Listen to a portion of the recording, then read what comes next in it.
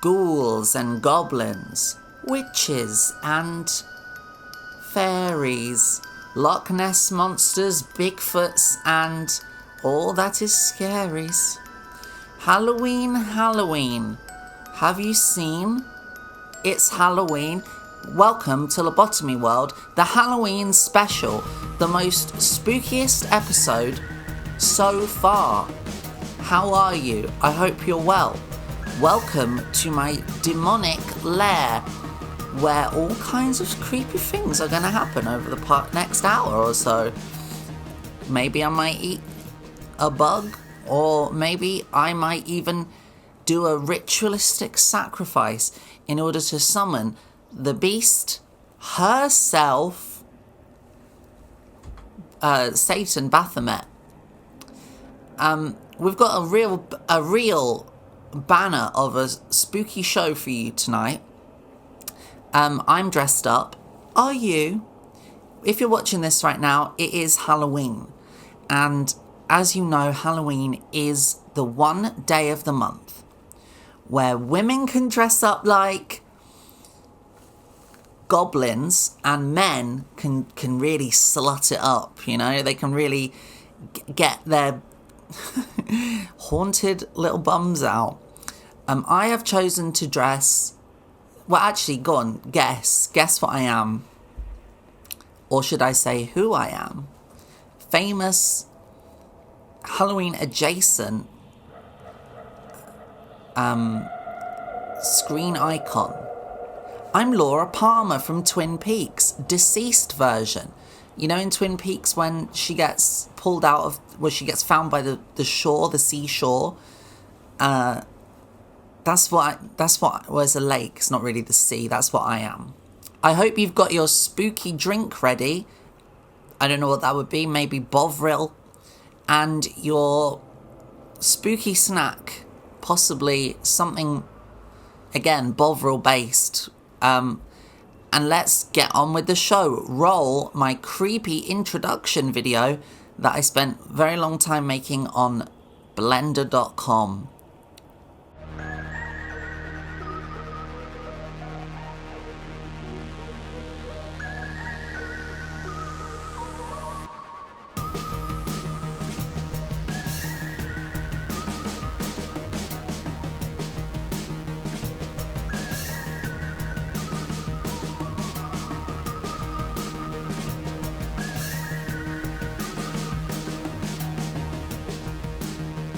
Well then, boils and ghouls and whatever the in-between is. I don't know if there's a spooky term for non-binary people or questioning or you know, people that don't identify. Let's just say maggots. There's going to be a guest, a haunted Halloween guest on this episode. Now listen, I had to really pull some strings to get this guest. I know I've said in the past that I'm going to get guests for the podcast, and I've got loads of great ideas for guests, but I thought I'm going to hold off on having guests until we can like really open with a big one, like a really big one. He's very tall, and yes, it's a he. I have with me in the studio right now Frankenstein. Everybody give a round of applause for my guest Frankenstein. Come and sit down, Frankenstein. That's the cobweb. Move that. Sit down.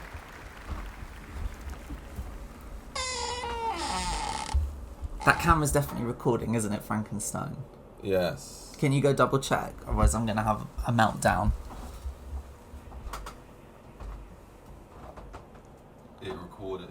It is recording. You're the first guest ever on Lobotomy World. I should speak into the microphone. You're the first guest ever on Lobotomy World. How are you doing? Is that where you were before? That is where I am. Okay. Sorry, I'm being a control freak. I'm being a control freak because it's you know, I'm not used to having a guest. I made a big deal out of this Halloween extravaganza and I want it to go well. And I'm sure you can relate, Frankenstein, to just hoping it goes well. There's a lot riding on this. I'm hoping to relaunch my career. Your Frankenstein career. Well, I'm only joking. It's not really Frankenstein, is it? Yes. You're not actually the monster from Frankenstein. Yes. This is my boyfriend, Christian, a great first guest on the podcast. Not my first choice, to be honest. My first choice was... the Loch Ness Monster. the Loch Ness Monster, but the Loch Ness Monster was pulled out. They pulled out. They had another engagement, a charity benefit. The traitors. The Loch Ness Monster is a surprise guest on the Traitors this year. Well, listen, we're not just going to be silly the whole time. We're going to get down to some serious business in the dock. So, hello. Hello. Welcome to Lobotomy World. How does it feel to be on the show? Well, finally, I was waiting for my invitation. So, Christian has his own podcast. We're just going to get the plug out of the way quick. Do you want to tell the lovely people what your podcast is called? I'm still in character as Frankenstein. No, get out of the character. You're not I've gone Frankenstein. method. I was half expecting you to be like, Frankenstein's the monster. My ghoul cast. Frankenstein's not the monster, is he? Frankenstein is the DVD name. The creator. Stop trying to be funny. This is not a funny podcast. It's not a comedy podcast. No, it's a serious... It's a serious... affair. Activist podcast. What are we campaigning for? We're campaigning for more spiders to eat. We haven't been given enough spiders to eat, and we need to seize the means of spider production. What bug would you regularly eat? Regularly? Yeah, like if you had to replace like something with a bug. Oh, that's a really good question. Like you can only eat a bug burger. What bug are you picking? Well, they do bug burgers now, don't they? Like they do. Is it crickets? I like this. This is a good spooky question to start off the podcast. I like you. I can tell they put the clever brain in this time and not the dumb brain like from the film. Okay, it's a good question. Well, maggots is what jumps instantly to mind, but I think I've got maggots on the mind today. I've got maggots on the mind. What bug would you eat in a burger? I would know. Wait, tarantula burger. Tarantula burger. Imagine all the little legs sticking out of the bun. But what if it ran off? It was dead. There's a pickle in it. You don't know that. Sometimes you see those videos of like sushi restaurants, and then like the fish like just swims. It swims out the shop. It swims out of the restaurant, doesn't it? Do you like Halloween, Christian? I am fond of Halloween. What is the What would you say is your best Halloween? What you've ever had? I remember I was in Cubs. And if you're American watching, just explain what Cubs is. The Boy Scouts. Because I've got a lot of American viewers. They love me in the States. I was... what are the girls that sell the cookies? They're called Girl Scouts. In America, America's just... It's a much, like, simpler version of the UK. So, like, we have, like... we come up with creative names for things like brownies or whatever. They're just very literalist there. They just put Girl Scouts on the front. That's what they are. Like girl astronaut, girl witch. But yeah, anyway, so what, you dressed up as a Girl Scout? No, I was in the Girl Scouts, but for boys. And I was... They call that the Boy Scouts. Well, this was the Cubs, so I was in the Boy Cubs. Yeah, and Cubs is like... No, it was Beavers. It's Beavers, Beavers Cubs, is even and then younger. Scouts. I don't know why you don't graduate to a third animal. Beavers is the it's like reception version. Yeah. Of it. I was in Beavers. It's the own, and I didn't enjoy any of it after that, and I quit. Because in Beavers, basically Beavers is just keeping you occupied for an hour or so. Yeah. They would just have us make paper aeroplanes or like eat biscuits. Yeah, and they always sort of a parent there. I don't know why. Well, but you do know why, because I'll tell you something spooky. I didn't want to lower the tone. We can lower the tone. We can lower it. There's, Well, they've got a mum there with a water pistol to make sure the kids don't get molested. Exactly. And listen, there's always one in every We did scout have group. one. I know, exactly. He was called Action Man. Well, was his nickname. That should have given it away. But anyway, so yeah, Halloween. And I think it's because my mum was not very much a believer in Halloween because she thought it was junk food indulgence. But Well, this is interesting because it is. Well, exactly. So she was right. And it was but- American as well, and she was like, I don't like that. Well, that's a good thing because that's a good question because we will get back to that, but do you think that the UK has embraced Halloween too much? Because America does it big. No, I don't think we're there yet. You know what I did see that What? was like the signs. I don't know why I didn't even tell you this. So when I said Chipotle are doing a burrito, Mm-hmm. You did tell me on that same bus journey, I saw the postman with his little post trolley, and he had a witch's hat on, Oh my god. and that was just after work. Well, I don't know why I'm being all like, oh my god, because a part of me. I mean, listen, I love Halloween. I mean, I wouldn't be doing all this if I didn't love Halloween. But I have to say, I'm not necessarily that happy with the way Halloween's been going in recent years. Why? Because in America, right, they seem to prioritize, like, in America, it's like, oh, Halloween's just an excuse to dress up as, like, anything. Like, oh, I'm going to dress up as a quarterback, or I'm going to dress up as, like, a French fry or whatever. But over here, like, I feel like for the longest time, our Halloween was sort of rooted in Celtic mysticism and things, and, like, urban legends and folklore. And it was all about being spooky. Like, spooky was the thing. But in America, I don't think they're really that prioritized with spooky as much. No, spooky's gone out the window. Spooky's for the little kids, but the teenagers, because they're all like, we're trying to pull.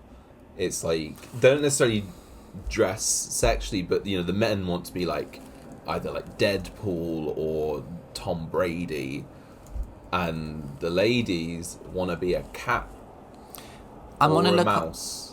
I want to look up this burrito. There's here. terms and conditions for the burrito. Yeah, you have. Well, oh my god. Maybe it's probably because I clicked terms and conditions. Look, burrito. That's 2024. Why is it just a terms and conditions page?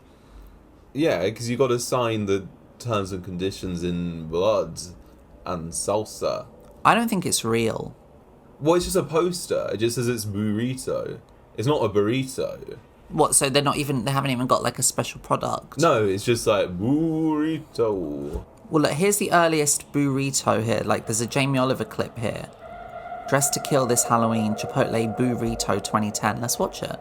Shall we watch it? That's not Jamie Oliver. That is Jamie Oliver. Oh, that's Jamie Oliver. Why don't you ever believe me? Because I was looking at that. No, that. Well, let's roll the clip. Food should.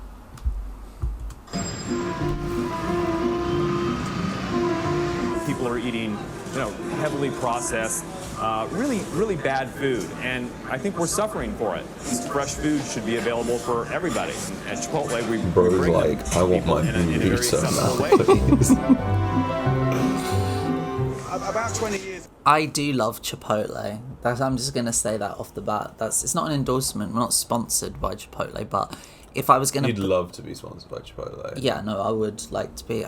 I think you can vouch for that I love Chipotle. We should have done your wrap in tinfoil, and then you could have been... I could have been a burrito.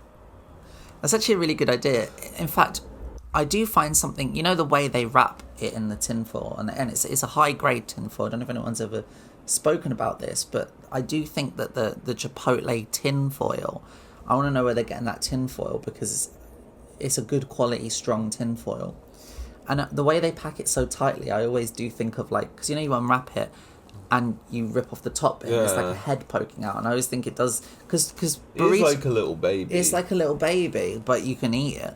That would be cool if they got little, legs to put on it and arms. Isn't that very ghoulish? Very good. And you could cut it down the middle and Baby have autopsy. an autopsy burrito. And then you'd be like, this baby's full of pinto beans.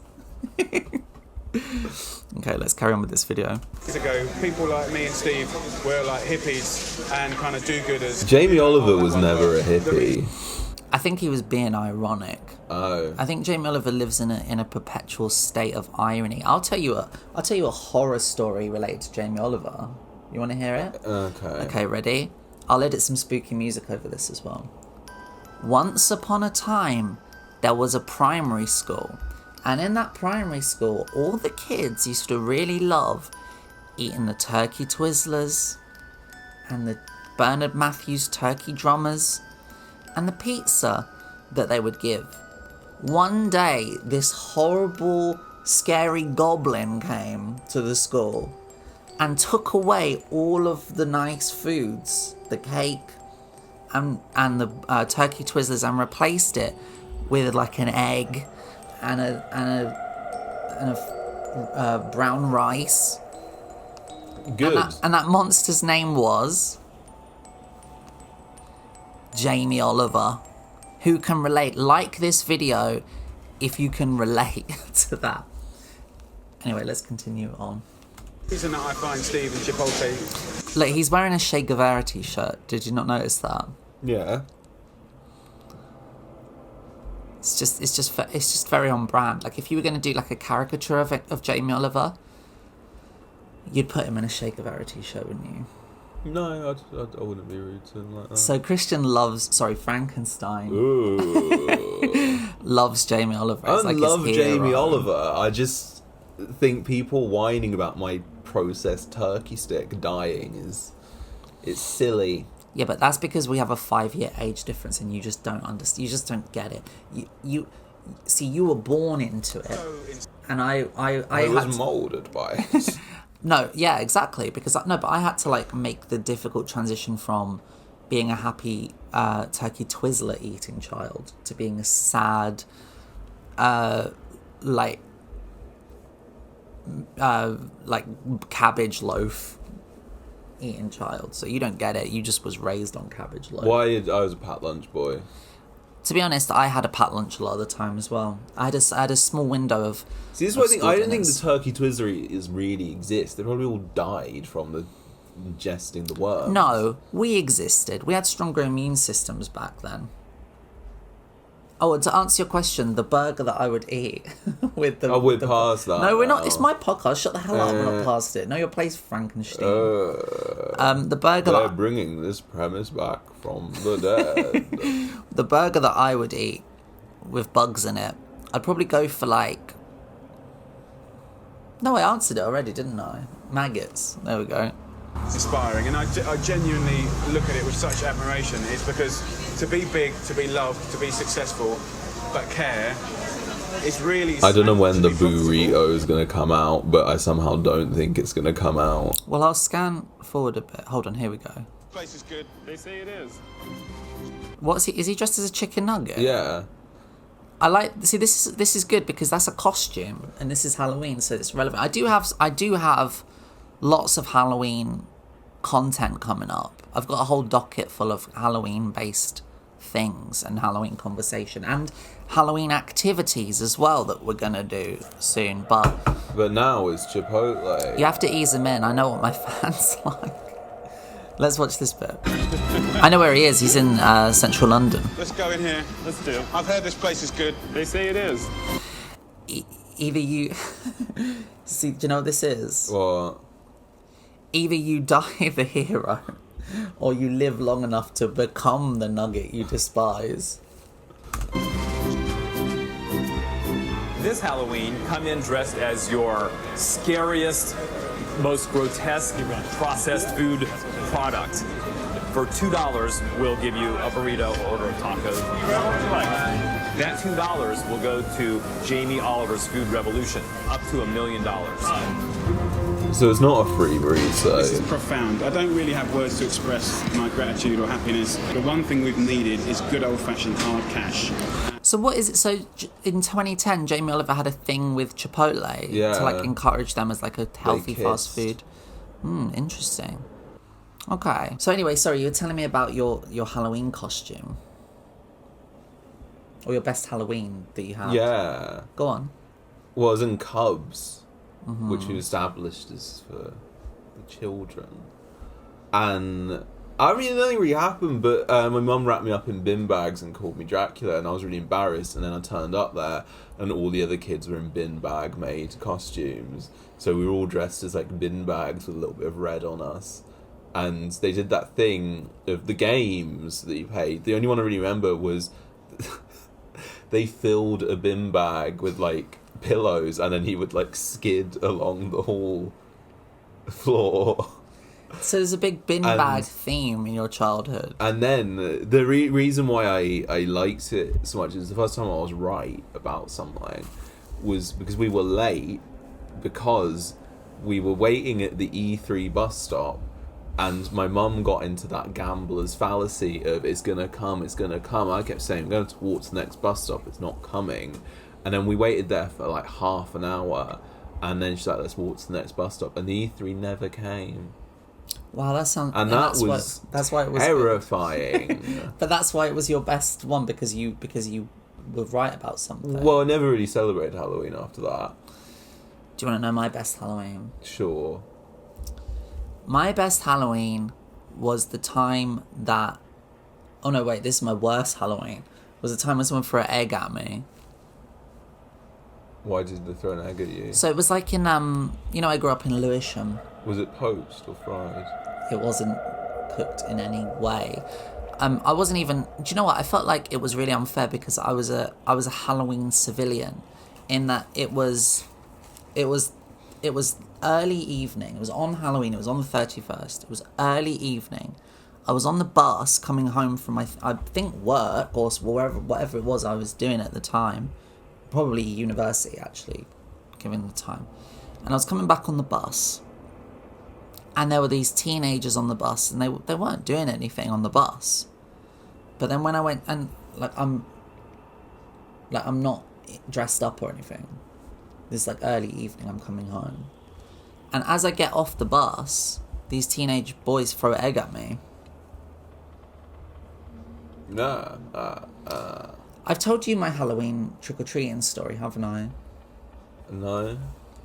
Okay. Tell it again. I'll tell it again. I haven't told them it. No. So when I was a little kid, we used to go trick-or-treating in the, on the road.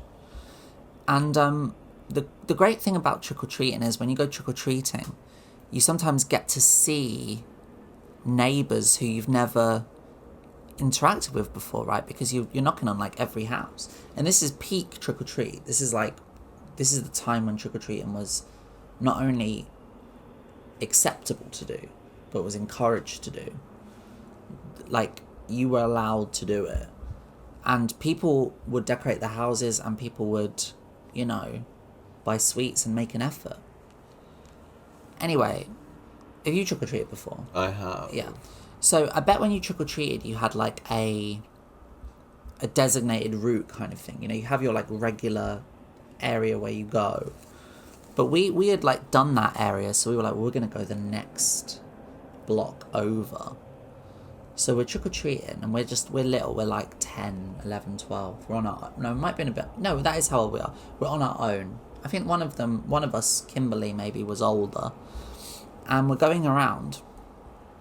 And we knock on this one house, and this woman opens the door, and she's like, oh my God, look at you, you're all so cute. She was like, look at you. What were you dressed as? I can't remember, but we were all dressed up, and she was like, look at you, you're all so cute. It was cute, whatever it was. She wasn't lying.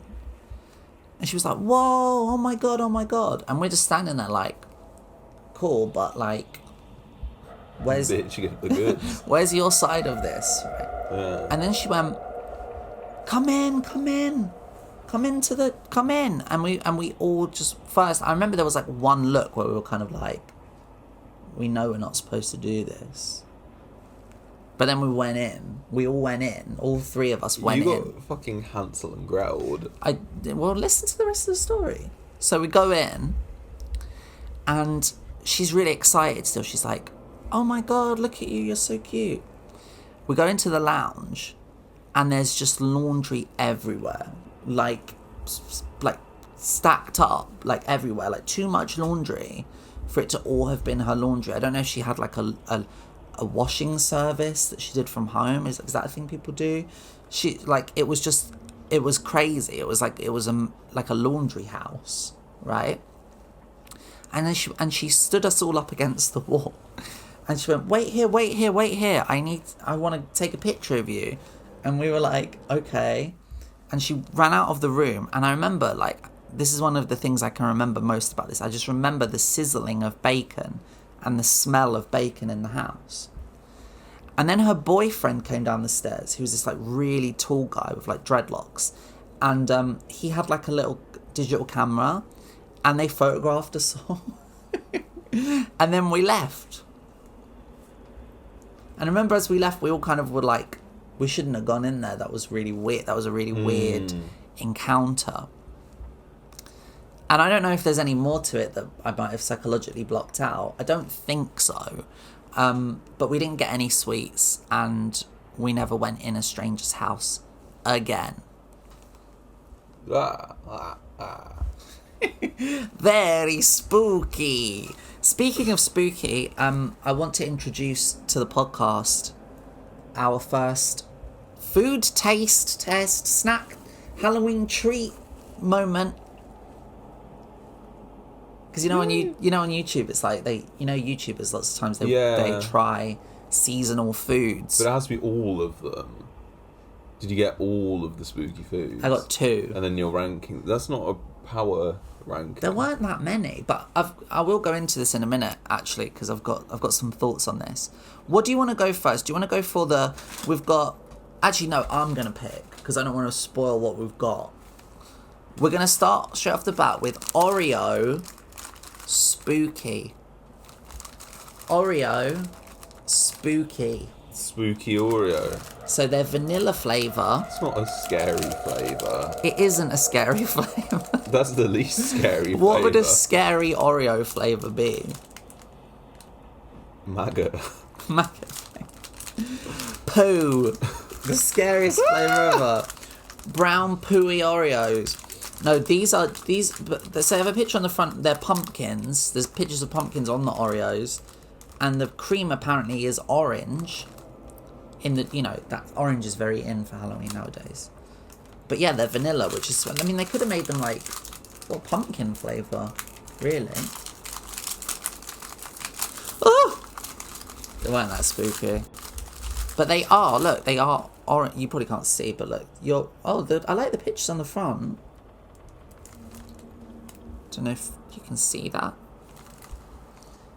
Tell me what you see and what you think. I see a scary pumpkin with hypnosis eyes and a sewed up smile, and then on the back there's an even scarier pumpkin with lion teeth and cat eyes. That is scary. And you've got a different one. So my one has a pumpkin with eyelashes, and then the other side just says Oreo on it. They gave up. Hold on, let me look this up. Like, what flavour are Oreos? Vanilla. Yeah, they're vanilla. So these are no different. They're just a different colour. They're spooky. Because inside they're kind of orange. But although I feel like my light is doing a lot of the work. The fear changes your taste buds. Shall we try it? I don't eat on camera. You have to for this. And go.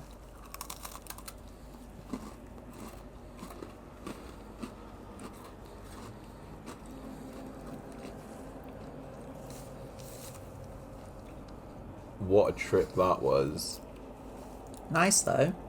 You said yesterday how much you hate Oreos. I didn't say how much I hate Oreos. I said that I thought they were overrated. And they are overrated. People go crazy about them. It's because we were watching something and it had Oreos as an ingredient, didn't it? Was it an Oreo milkshake or an Oreo ice cream? It was something like that. And that's the thing. I was just thinking, like, well, for example, if he's going to have a McFlurry, personally, I wouldn't really want Oreos in it. I don't think it would elevate it particularly. But I do like them. An Oreo and a glass of milk. You can't really... You're going to finish... You got to finish it. I don't want to finish it. Well, you can only half review it then. I can love reviewing the Why experience. are you finishing your Oreo? I don't want to finish my Oreo. It's Halloween. It's not. Well, it is. No, it is Halloween. It is Halloween. This is premiering on Halloween. It's Halloween. Spooky. What's it review? Well, we need to review it. So I can clip this and be like, I give it spooky 5 Halloween review. Oreos. 5 Oreos out of what? 5. Really, that's the best Oreo you've ever had. You know what? As an Oreo, this is the best Oreo. I do have to concede it is nice. It's an Oreo. They've not changed any of it other than the design. Yeah, but design is important. Sometimes the way something looks can really affect the way it tastes, you know. So I'm going to knock off an Oreo because it's not the classic. So you're not going to eat that bit? No. Okay. As it's Halloween, I want to show you a video. Ah. Do you want to see a video? Yes, please. So I want to show you this I would video. love to see a video. How ghoulish. So I've compiled a few creepy videos to watch. And we're not gonna watch all of them, but we're definitely gonna watch a couple of them. So this first one I want to watch. I've never seen it, okay? I picked it based on the title alone. The title appealed to me. This video is called England's Deadliest Chair. And this is from the BBC archives, I believe. It's an old clip. And yeah, this is about it's called 1973 Busby's Chair, England's Deadliest Chair ? So you're gonna like this, I imagine. Although I haven't seen it, so you might. I don't know. They'll like it. You probably won't. You're harder to please. Ready? Yes. Let's get spooky. Ah! 271 years ago, a man was hanged in the tiny village of Kirby Wisk. His crime was murder. His execution, the rough justice of the 18th century. Justice that should have ended the story. But today, almost 300 years later, that crime still reverberates through this remote part of North Yorkshire. The man's name was Busby, and he made a living from counterfeiting coins. Why are you laughing? The man's name was Busby and you made a living counterfeitting coins. Have you ever counterfeited a coin? You could. If you think about it, that's the perfect business. No, it's almost too... It's borderline like parody. This ain't parody, this is real. This is what TV was in the 70s. This is what Yorkshire was in the 70s. This is what the BBC was when it was great, before it was poop. Also, why they shot it in black and white if they filmed it in 1973? Well, because television took a bit longer to go over to colour. I've seen Star Trek. Yeah, but like it depends on the budget. To be honest with you, I don't know. I guess maybe this was filmed by like the Yorkshire division and maybe they didn't have the new cameras yet. Like, it was expensive. BBC Yorkshire. BBC Yorkshire. Welcome to Pie Hour. Wait. Cobs or bombs? Anyway, let's continue with this. I want to see... The Busby stupid. How do you think the chair become haunted? Because obviously a haunted chair. I hope just one of those... It doesn't say haunted, it's just deadliest chair. Deadliest chair. So it might just really put your back out. Do you think it was his chair that he used to sit in? And then, like, if you sit in it, he gets annoyed and he kills you? Yeah. Well, it'd be how he murdered people, wouldn't it? He's not a murderer. He hung. Yeah, but they were hanging people for anything. No, back but then. so you think he's innocent? I think they hanged him for the crime of counterfeiting coins. And he's like furious about it. He's like, my coins were good. Ah! I challenge ye to tell the difference. He pays his bail and change. Not you again, Busby. You get us every time. Yeah, they're like, we keep taking the money away from him, but he keeps bribing us every time. He's got a big sack of swag. Yeah. Right, let's find out. The night of the murder, he was drinking heavily in this inn, making merry with drunken friends.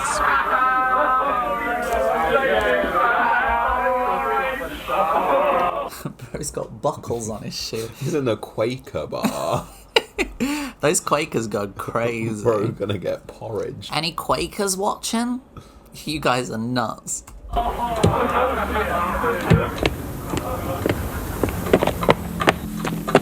He's drunk. This guy's drunk. But when Busby left the inn late that night, staggering back towards his home, he was merry no longer.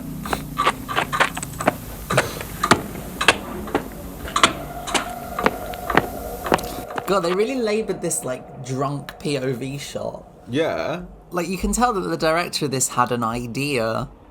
He was like, well, let's show them what we've never shown before. Is it Ken Loach who made this one? I'll have you gone back so you can Look. see it again. Yeah, look But how when long it Busby left is. the Yeah, inn bro late be that stumbling. night, staggering back towards his home, Watch. he was merry no longer.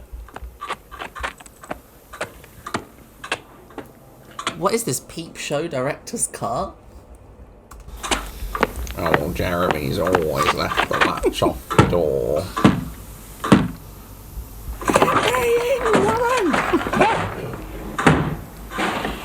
He had worked himself into a drunken rage and picked a fight with his father-in-law, a partner in the point. That is so Yorkshire, isn't it?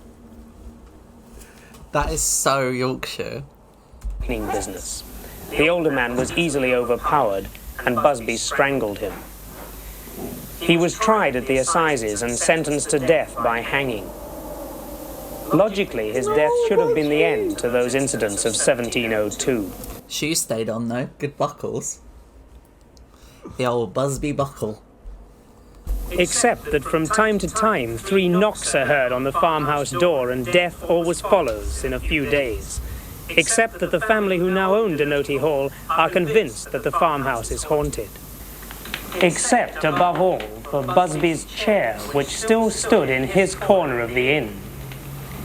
In the last 6 years... Imagine if the chair though wasn't haunted by Busby at all. It was actually haunted by the tree that it was. And imagine then if you could do a horror film about that, about all the wooden chairs, they rise up.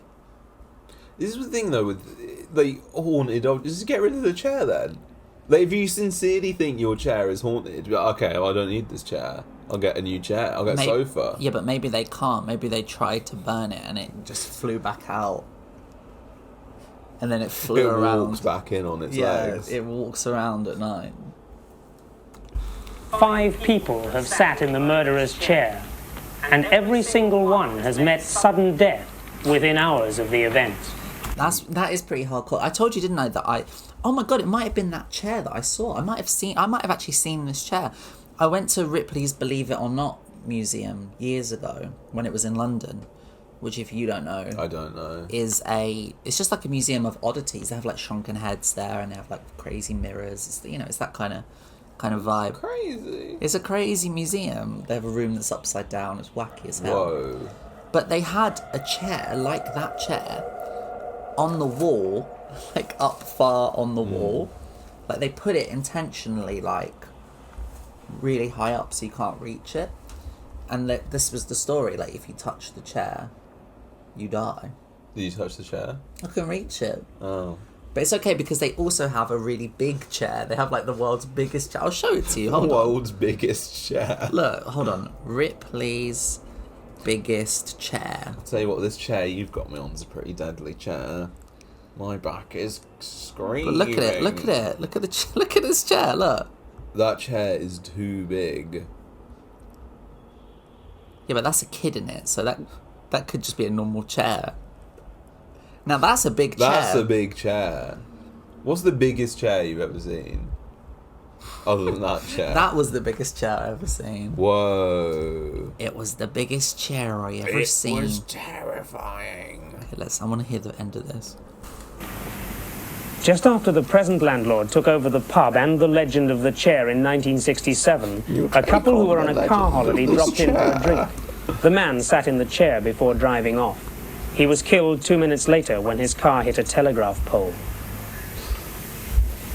The ultimate irony. That was the driving seat.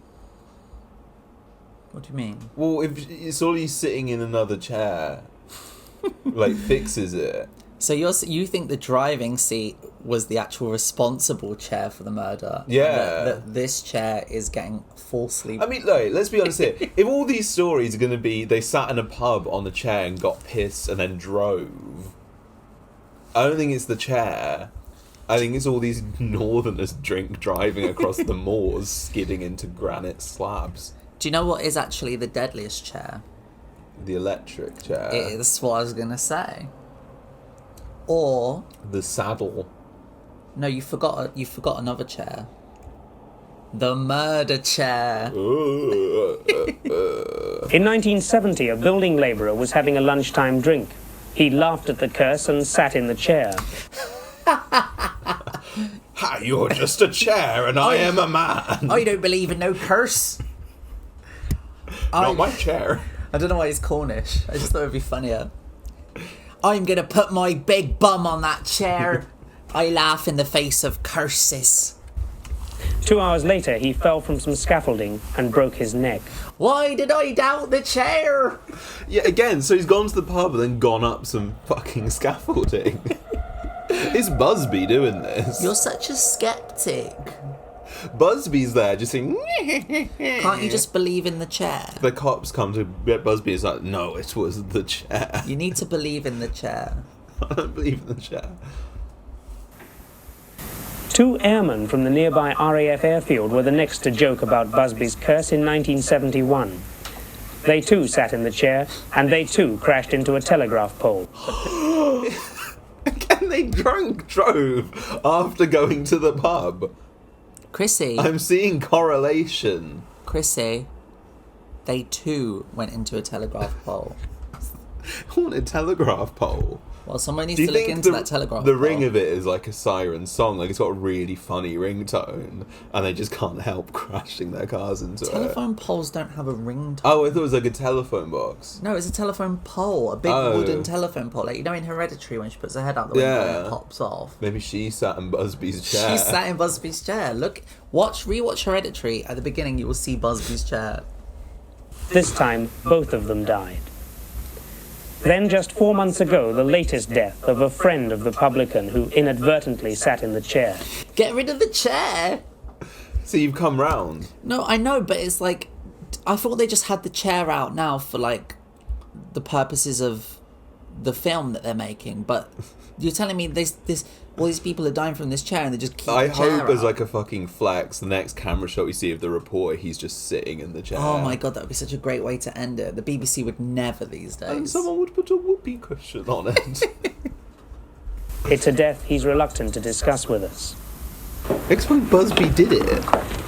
If it sounds to you like a suitable old ghost story the landlord is fostering to pack out his pub with tourists, then consider where he now keeps the chair. Locked up in one of his cellars behind I made a chair prison. the Busby Stoop Inn.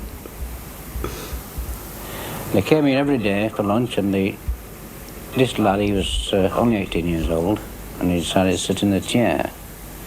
I refused, and eventually he talked me into it, so I let him sit in it. He went back, and his father came back 2 hours after and said, "Do you mind taking that chair out?" He said, "My son just fell to the roof." And he fell to the roof and broke his neck. And that's gospel truth. Did you take the chair out after that? Yes, I did. And yet, just 4 months ago, there was another death. Yes, for this reason. This chair has been on the lock and key in here. Now then, we had a tip that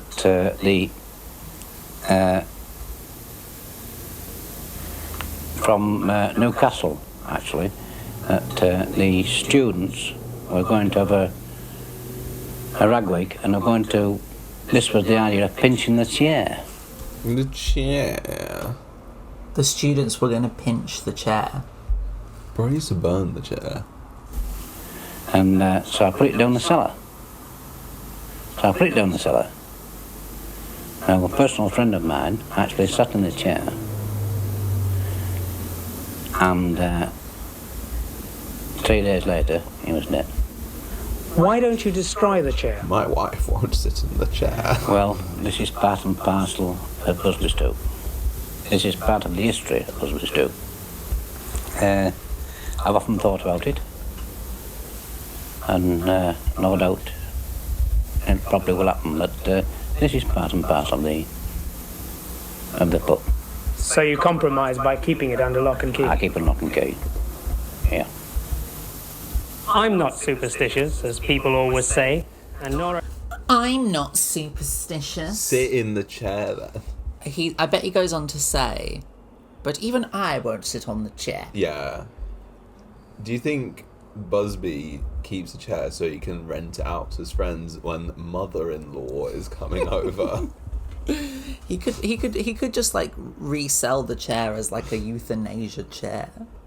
The electric chair just gone Busby's chair. Yeah. I'm not superstitious, as people always say, and nor are any of us who've been filming Busby's haunted chair. But while we've given you the impression that Busby himself was actually sitting in it, in fact, we've all gone to extraordinary lengths to avoid sitting in the chair. Those deaths might be coincidence. But would you take the chance? Yes.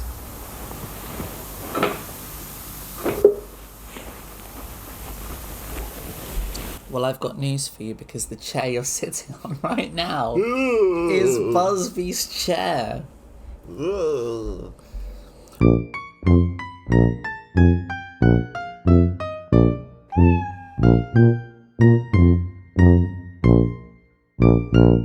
What would you say is the scariest film that you've ever seen?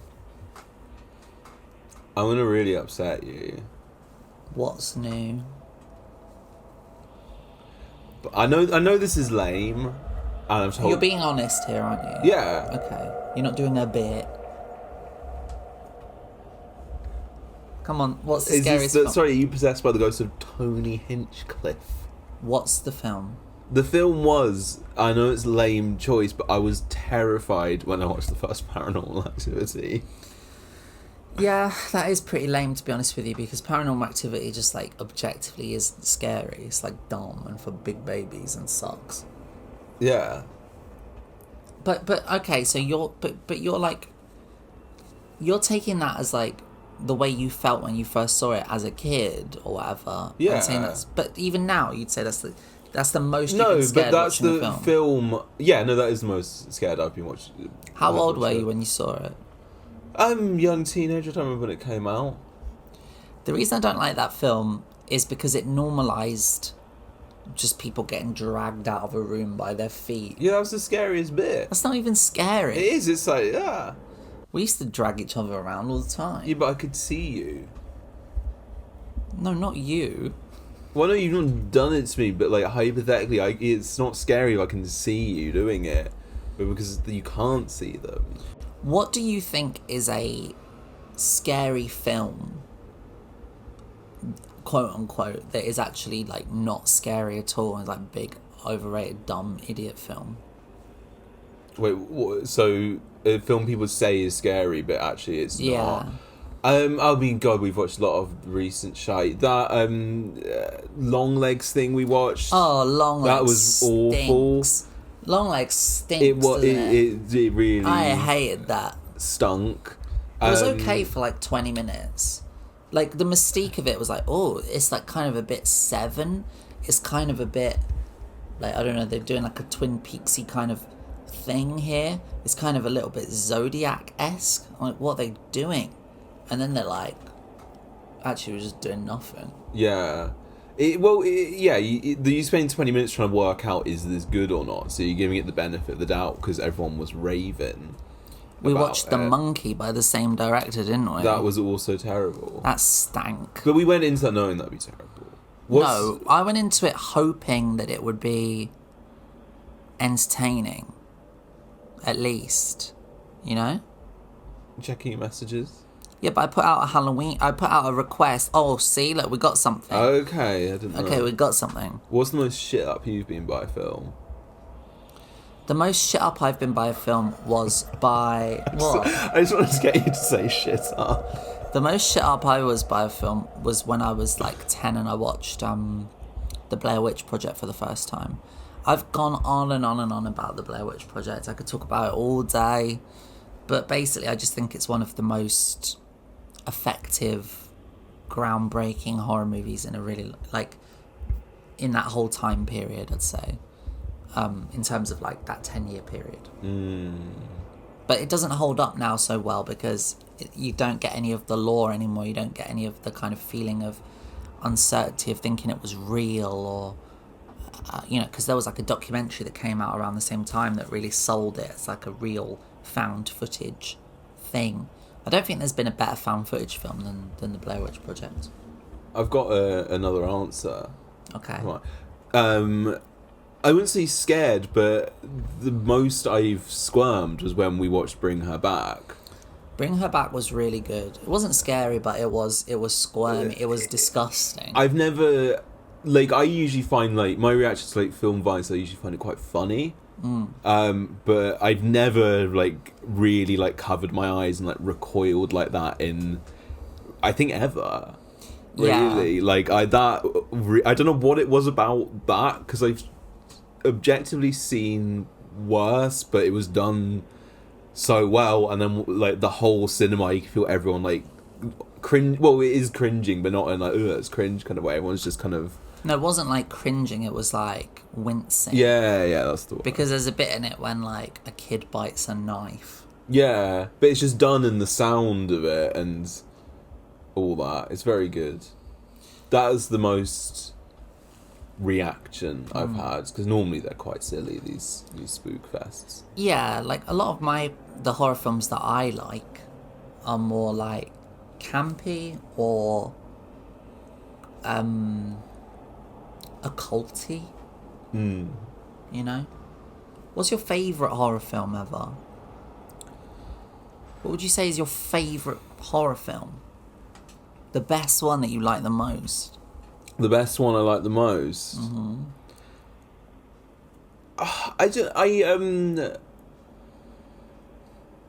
the spot, I'd say the one that I was really, like, blown away and was like, oh shit, horror films are back, was when I watched The Witch. The Witch is a good one. For the first time. I don't know if it's, like, my favourite, but off the top of my head, that was like, oh, this is cool, and they're doing, like, proper scary horror. Yeah, like creepy horror. Yeah. Like folklorish horror. Yeah, exactly. That's what I like, but folklore. That's why I like The Wicker Man. But there's that little boy that looks like the pumpkin. What pumpkin? You know, there's the main girl, and then there's the two little ones, and there's that boy, and he just looks so strange. What boy? The boy who has he, like, the egg singing, in his like, mouth. Billy Goat, whatever it is. Aren't they two little girls? No, one's a little boy, I think. Who knows? Who knows? Who knows these they days? They didn't identify themselves. Who in the bloody credits. knows that you can't tell these days? I'd say it was a horror story. Bloody pronouns, am I right? I think, for me, like, I do count this as a horror film. Although I think a lot of people might say that it isn't, but I think it is. For me, Mulholland Drive is my favourite horror film. I can see why people get annoyed at that. But it is a horror. But it is most of it is horrible. Like, most of it is horror. Yeah, but it isn't. Well, it is. It is. It is, actually. Well, he's dead now. Well, I like... And he sat in Bugsby's chair. I like Possession. It's a good film, isn't it? Do you remember watch Possession? I'd recommend Possession. I was wondering when you were going to bring up Possession. Yeah, I'm going to bring up Possession whenever I want. My show. It's my show. It's a good film. Anyway. I should have walked onto the set like that.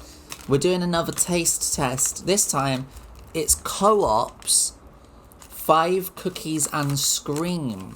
Because what they've done here is they've taken the word cream and they've added an S to it. I have an allergy to Scream. Well, let me describe how spooky these are. We can share one. You don't have to eat a whole one. I know he's trying to watch his bolts. I'm trying to keep my stitches together. So, what would you say is the spookiest ingredient? I'm going to read them out to you. Tell me what the spookiest ingredient in these is. Toenails. orange cookies with white chocolate chips and cocoa cookie crumb pieces. Does that scream horror to you? They should, you know what they should do? You know what's horrifying? That list of ingredients. Razor blades, it says. Oh. There's your half. Instant break.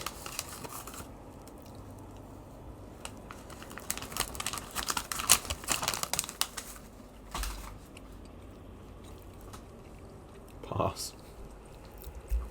That's horrible. It's shit, isn't it? It tastes like just mix.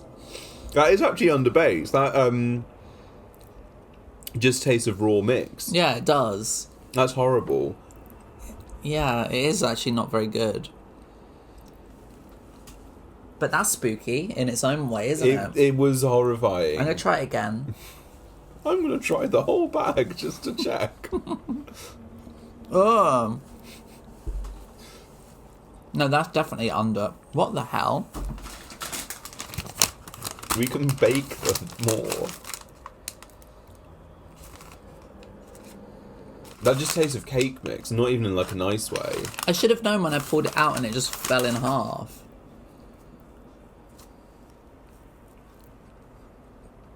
That one's a bit better. Okay. So what do you give that? I would. Can I award it's a 0 or a 1? That's a 0. But I would not eat that.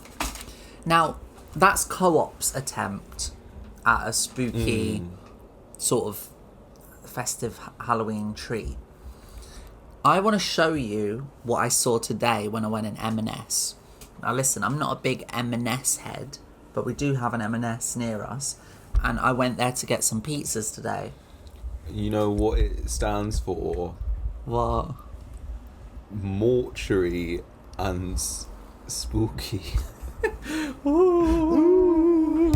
I would say it stands for mummies and Sasquatch. But I want to show you some of the M&S Halloween foods they have this year. Monsters and skeletons. Honestly, you're gonna be shook to your very. Okay, except the cookies. No, we just reject. Look, they've got animated GIFs on their website. That's mental. I want Halloween nachos, please. So the thing that interested me the most is like places like M&S, they always put out Halloween sweets and Halloween biscuits, Halloween candy, whatever.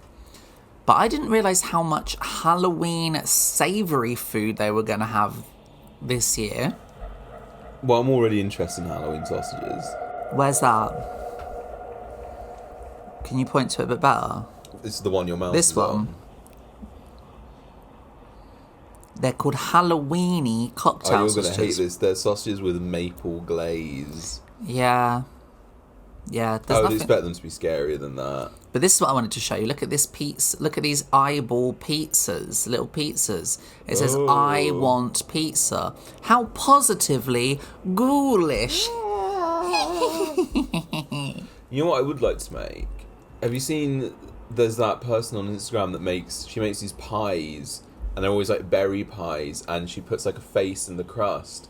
So then the berry will bubble out of it, and it looks really gory. It's horrible. Never seen it. Maybe we can watch that in a second. But speaking of which, look at this scary face. Oh, that shit. The frightful flatbread face. It looks like I thought it was garlic bread. Is it not? A spooky stone-baked flatbread smothered in delicious garlic and herb butter. It's garlic Have bread. it side to a Halloween curry. POV, you're Peter Kay on Halloween. This is the nightmares that Peter Kay has. I should have got that as a costume and just tied some string. That's a really good idea. What's They did a menacing mac and cheese. I'll show it to you in a vibes? second, but I want to show you they did a spooky Colin the Caterpillar this year. They're just a pool log. Oh no, they're the little ones. I want to find. There's a big one. Menacing mac and cheese bites. Served with haunting ketchup. Our menacing mac and cheese bites feature tender cooked pasta enveloped in a creamy cheese sauce, which is then dipped in golden breadcrumbs. Wow, it's all marketing, isn't it? It's all branding. It's not really Yeah, but the branding's not even that good. Like, I mean, I the remember packaging's like good. when in the pre-J meal of the days in supermarkets, like they would get a bit like mental with food, and it would all be like mud and worms. You know, if you remember Yeah. that, and like things would burst with jam and all that. This kind of is for thing. kids. The piss and shit and blood Yeah. burger. It was like what little boys like. Oh, I love rolling around in poo, being like a gorilla. Yeah, kids love guts and blood. Yeah. And... Look, they got Gooey Ghost. Gooey ghost. You never bought me a Gooey Ghost before. No. Listen to this. This ghoulish milk chocolate ghost hides a smooth salted caramel centre with its oozy filling and playful Halloween shape. It's a frightfully fun treat for chocolate lovers. What's scaring me is those calories. Right, we're going into the Discord at the moment. Basically, I put out a request on Discord. There is a Discord. There's a Lobotomy World Discord. I put out a request for the spookiest stories. What's the spookiest thing that's ever happened to you? That kind of thing, right? Only one person bothered to do it. That's fine. You know, no one's you don't have to do it. But Poundo, one of the members, shout out Poundo. I hope you have a very happy Halloween and season of Christmas. I hope you have a horrifying Halloween. But that is a good Halloween, isn't it? Anyway, I'm going to read this. Poundo says... Can you read it in a voice? No. Between the ages of 10 to 13, I started to experience some pretty weird stuff after I went to bed. In the dim lighting, I would see soft furnishings, toys, crumble and decay. That's just falling asleep. Give it time, Chrissy. I could feel my bed breaking up underneath me. One night when I was trying to block out these thoughts and I looked towards the light in the hallway, brackets, I'd sleep with my bedroom door open, I saw... Come on, everyone used to sleep with their bedroom door open sometimes. Well, you just was like... Oh, my mum locked it. Your mum locked it? Yeah. You're such a liar. After I got my lashings, she'd lock it. I saw myself enter and leave the room rapidly, each time with a different twisted expression on my face. Absolutely terrified me. I threw my duvet at the spot when I saw myself enter the room, and it seemed to stop it. Never spoke about it at the time because I thought I was either going insane or possessed. Maybe likely it was some nightmarish disassociation, but it's still one of those WTF moments. What was that? Questions I've never had the guts to try and answer. What do you think of that? They just forgot they had a brother or something. I don't think they forgot. Listen, I'm gonna say something here, and I think it's gonna possibly alarm a hardened Richard Dawkins loving atheist like you. I'm getting my hitch slapping hand No, ready. I'm gonna get hitch slapped. I think that kids, when you're younger, when you're before 10 or whatever, I think you do have a little bit of extrasensory perception. I think you are a little bit locked in more so into like whatever the mysteries of the universe are, because I have my own personal experience with this sort of thing. When I was a kid, before I was about 10, like ever since I can remember up to about 10 or 11, I used to hear constant chattering in my head, like full conversations, like people, like a crowd of people talking constantly in my head. Not all the time, not a bloody nutcase, not there's anything wrong with that, but no, it was usually at night time. It was usually when I was like, and I know you're going to say, oh, you were asleep, but I absolutely 100% wasn't asleep. This wasn't when I was asleep. This was like, because I didn't sleep very well as a kid. This was like, you know when you're in bed and your eyes closed and you're trying to go to sleep. And I felt like I would kind of like tune in almost to like a radio wavelength almost. And it would just, and sometimes it sounded like the radio. It was a conversation, sometimes between two people, sometimes there'd be more than two separate conversations going on. And if I wanted to, I could like listen to it. And I'm sure like people were having conversations about things and words that I didn't even know what they were.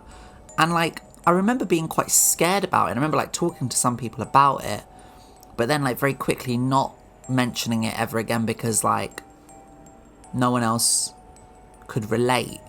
And I didn't want anyone to think that I was crazy. And then after about 10, it just went away and I've never ever had it ever again. It's called a conscience. It wasn't a conscience.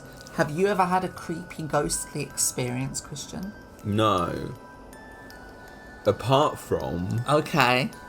Don't make it up. Be honest. No. Do you remember, so there's that horrible doll that you bought that I hate, that I banished to the toilet? Yeah, it's like here. Yeah. And I woke up one morning and it was just on the dresser. And I was like, why have you put that there? And you're like, no, I put that there. And you didn't believe me. But, I mean, we were both like, oh, what the fuck? And it was obviously you, like, just sleepwalked. I don't think I ever truly sleepwalk. I think I sort of do. Like, I think You got up dazed or whatever. I dazed walk. I am technically awake, but I may as well be asleep. Yeah, and for some reason you brought it in and put it at the thing and it was, like, facing us. Yeah, I do vaguely remember. I think I might have thought it would be funny. But Well, it was kind of funny. But in like a really... but I didn't... But if I was awake more in my right mind, I wouldn't have thought it would have been funny and I wouldn't have done it. Anyway, So you're my ghost. Thank you. Poundo has another story. So we're going to read the other story. And I liked the story, Poundo, and I don't think you're going crazy. I think you just had extra sensory perceptions as a young child. Another story that sticks in my mind was when I was living in an old house on a cobbled street next to a Catholic church. It's always the bloody Catholics. I was sleeping on the couch with my cat about 8 p.m. when I was woken up from my front door slamming. It closed with such a force it rebounded and was left ajar. For context, my front door led directly into my living room, so I was right next to the door as it slammed. I got up immediately and looked outside, left and right. No one around. I locked the front door and then checked the rest of the house.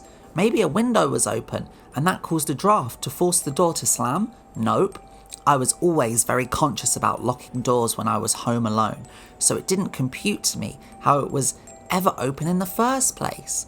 On a few occasions, I was woken up in the night with the house alarm going off. We disabled it because the landlord didn't know the code. Typical landlords. And a strong smell of sulphur.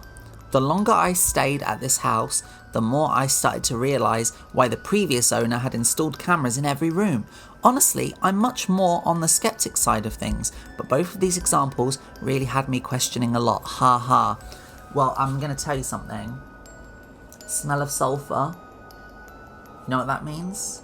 A ghost. No. Someone farted. No. Egg. It means the devil Beelzebub. The grand Satan. So I'm sorry, Poundo, but that house, it had Satan in it. So yeah. Oh, and we've got one more short story at the bottom here. This is an amendment. An addendum. Oh, and the lamp that I'd had for years suddenly started to attract blue bottle flies. Again, only at night. One time I counted about 15 of them. I cleaned the lamp, replaced the bulb, checked the electrics, but still, the flies would congregate around it at night. Well, you know why that is. Why? They weren't blue bottles at all. They were ghost babies. They were they were the ghosts of flies. Poundo's been through it. Every fly that you've ever killed, Poundo, they were coming to get you on that night. Well, thank you so much for contributing a story to the spooky Halloween Spectre-tacular. I wanted to do something a little bit different now. I wanted to show you all. I've shown this to you before, but I wanted to show you my favourite spooky video, okay? Because we've all got spooky video on the internet. What are you laughing at? Nothing. What?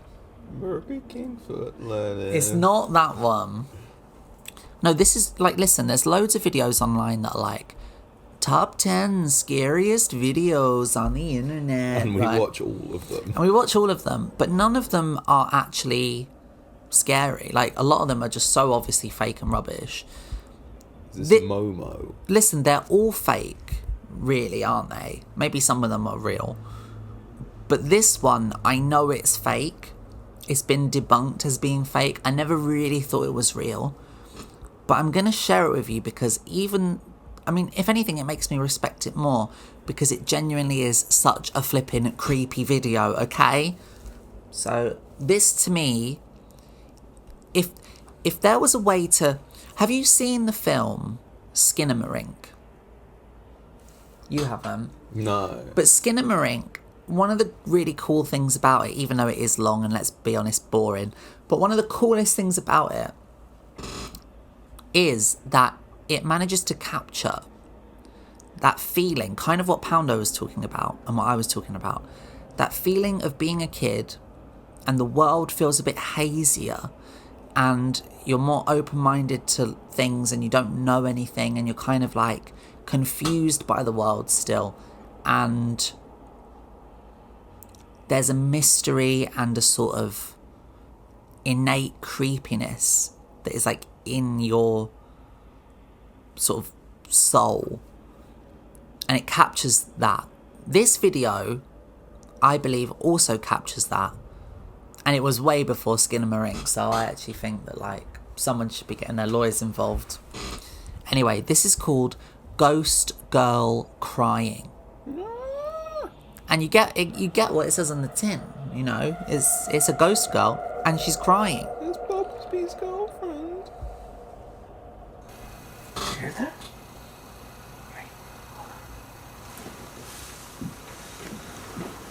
So you see that kind of hazy camera movement?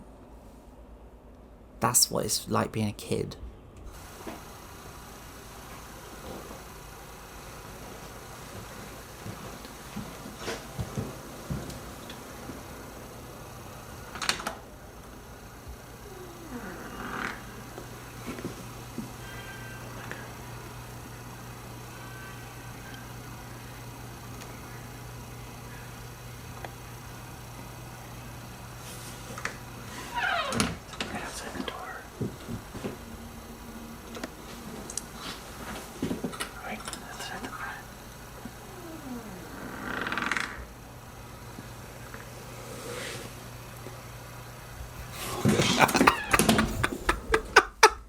What are you laughing at? So shit. How is it shit?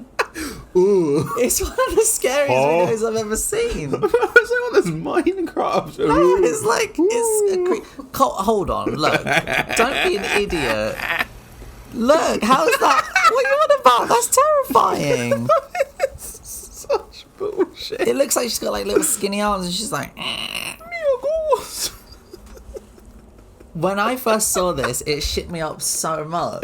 You cannot laugh at me finding Paranormal Activity scary. See, the thing Paranormal Activity doesn't have that. Yeah, that's why it's shit. Yeah.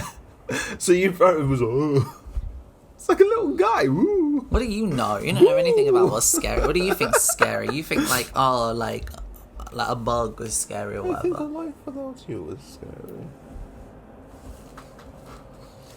Alright, well, That's how you do it, boys and girls. let's see. Did I have anything else on the thing? Scariest thing that's ever happened to you, we've done that. Best ghoul.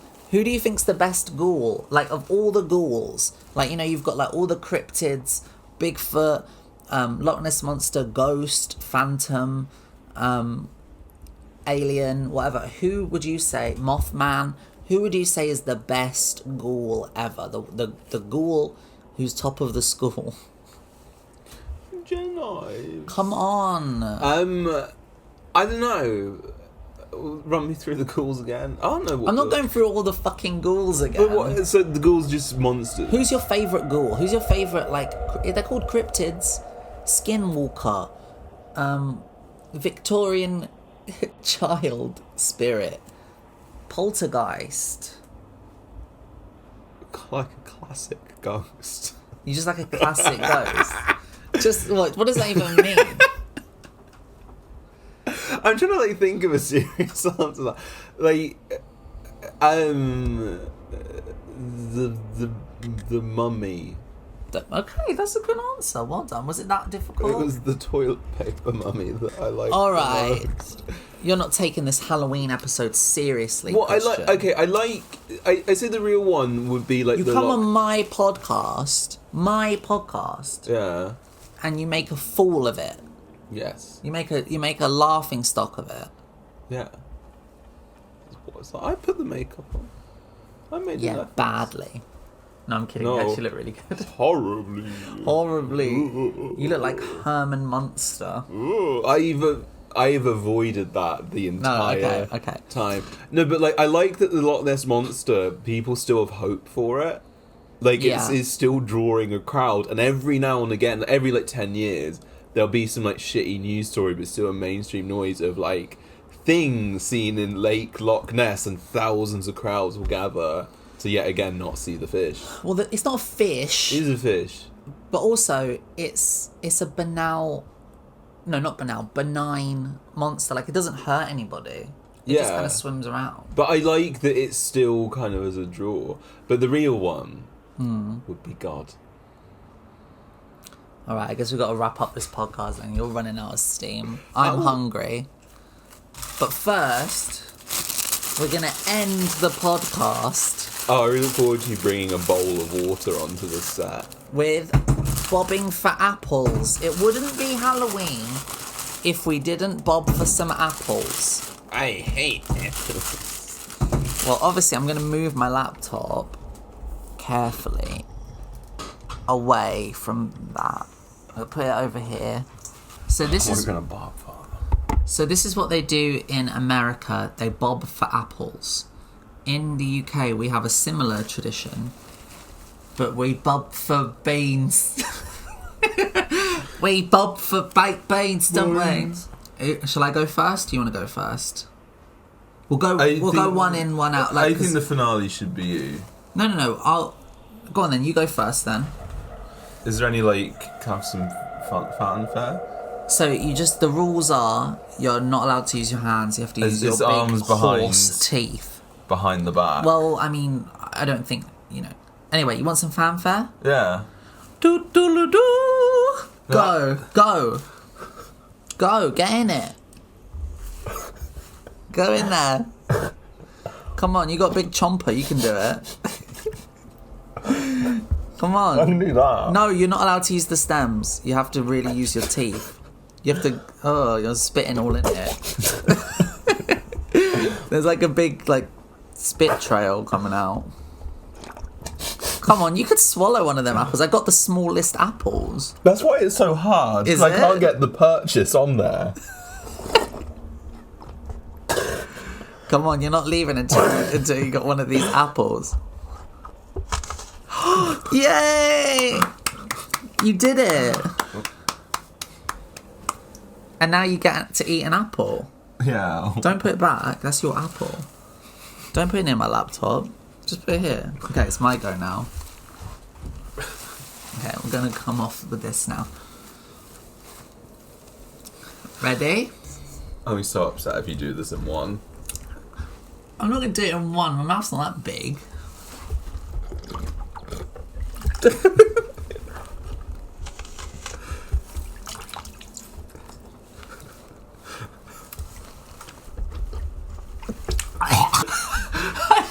Keep bobbing.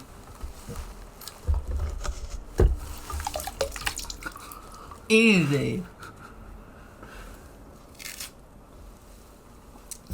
That's been the Halloween special, everybody. I hope you enjoyed it. Now, to play us out, it's the Googly Woolies.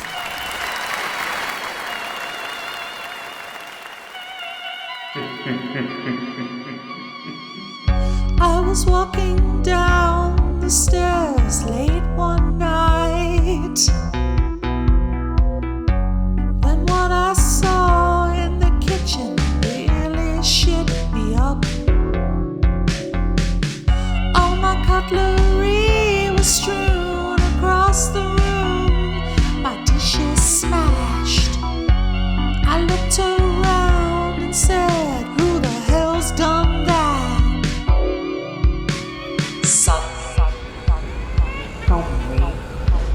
Suddenly, I fell in love with a poltergeist. He kissed me on the lips and it felt so nice. I know I shouldn't do it, but it feels so right. I know he's got some anger problems, it's true, but he mainly takes it out on the kitchen spoons or throws a chair or two around my living room. I know he isn't much to look at. In fact, I can't even see him at all. But he makes himself known by throwing objects at the walls. Who says you can't be in love with someone invisible? Invisible. Invisible. Invisible.